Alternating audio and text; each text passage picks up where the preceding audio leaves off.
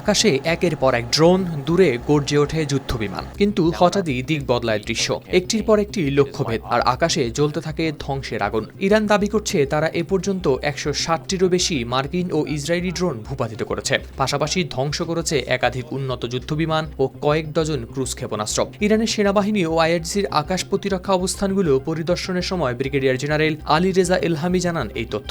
এলহামি বলেন, ইরানি ইউনিটগুলো সফলভাবে শত্রুপক্ষের বেশ কয়েকটি উন্নত যুদ্ধবিমান, ১৬০টিরও বেশি ড্রোন ও কয়েক ডজন ক্রুজ ক্ষেপণাস্ত্র ধ্বংস করেছে। ভূপাতিত করা ড্রোনের মধ্যে রয়েছে MQ-9, হারমিস ও লুকাস মডেলের ড্রোনও। ইরানি সংবাদ মাধ্যম তাসনিম নিউজ এজেন্সির প্রতিবেদনে প্রকাশ পেয়েছে এই তথ্য।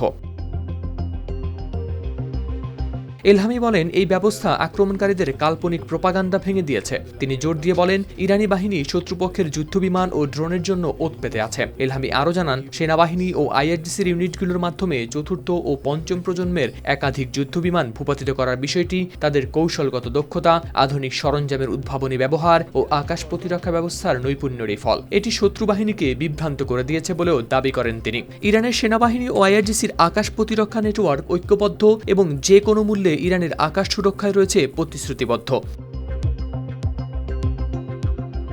এদিকে এই বক্তব্য এসেছে এমন সময়ে যখন গেল ২৮ ফেব্রুয়ারি তৎকালীন সর্বোচ্চ নেতা আয়াতুল্লাহ আলী খামেনি ও বেশ কয়েকজন শীর্ষ সামরিক কর্মকর্তাকে হত্যার পর ইরান জুড়ে বড় ধরনের সামরিক অভিযান শুরু করে যুক্তরাষ্ট্র ও ইসরায়েল। হামলায় ইরানের সামরিক ও বেসামরিক এলাকায় ব্যাপক ক্ষয়ক্ষতি এবং বহু মানুষ হয়েছেন হতাহত। জবাবে ইরানের সশস্ত্র বাহিনীও মধ্যপ্রাচ্য এবং আঞ্চলিক ঘাঁটিগুলোতে থাকা মার্কিন ও ইসরায়েলি অবস্থান লক্ষ্য করে চালিয়েছে ক্ষেপণাস্ত্র ও ড্রোন হামলা। ফলে পাল্টাপাল্টে এই হামলায় পুরো মধ্যপ্রাচ্য জুড়ে বাড়ছে উত্তেজনা।